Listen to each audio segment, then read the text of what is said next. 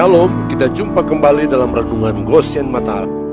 Haleluya, saudaraku yang dikasihi dan diberkati Tuhan. Renungan pagi hari ini bertema persekutuan yang menghidupkan. Bacaan firman terambil dari 1 Korintus pasal 15 ayat 22. Demikian firman Tuhan.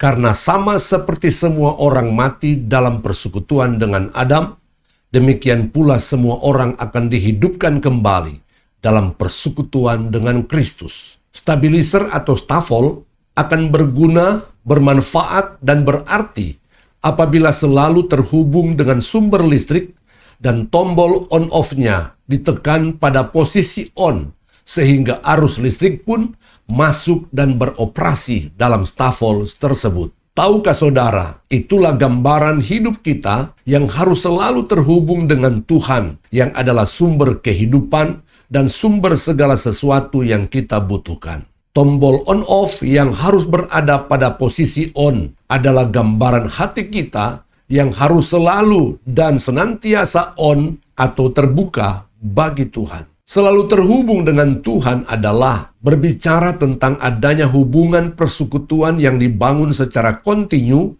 dan konsisten dengan Tuhan. Bukan hanya pada saat ada pergumulan atau kesulitan, ataupun sebaliknya. Tuhan selalu rindu untuk bersekutu dengan kita anak-anaknya. Karena itu ia selalu mengetuk pintu hati kita agar kita buka baginya, sehingga ia bisa masuk dan makan bersama-sama dengan kita. Artinya, terbangunnya persekutuan yang indah. Wahyu pasal 3 ayat 20. Lihat, aku berdiri di muka pintu dan mengetok. Jikalau ada orang yang mendengar suaraku dan membukakan pintu, aku akan masuk mendapatkannya dan aku makan bersama-sama dengan dia dan ia bersama-sama dengan aku. Persekutuan dengan Adam yang sudah jatuh dalam dosa dan terusir dari Taman Eden telah mengakibatkan kematian kekal bagi manusia. Tetapi kedatangan Adam kedua, yaitu Yesus Kristus, mendatangkan kehidupan kekal bagi kita yang mau membangun hubungan persekutuan dengannya. Allah lah yang memanggil kita untuk bersekutu dengan Yesus Kristus. 1 Korintus 1 ayat 9. Kita tidak akan dapat membangun persekutuan dengan Tuhan secara baik dan berkualitas apabila kita membiarkan hidup kita berada dalam kegelapan.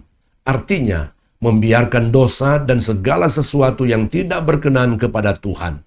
1 Yohanes 1 ayat 6, jika kita katakan bahwa kita beroleh persekutuan dengan Dia, namun kita hidup di dalam kegelapan, kita berdusta dan kita tidak melakukan kebenaran.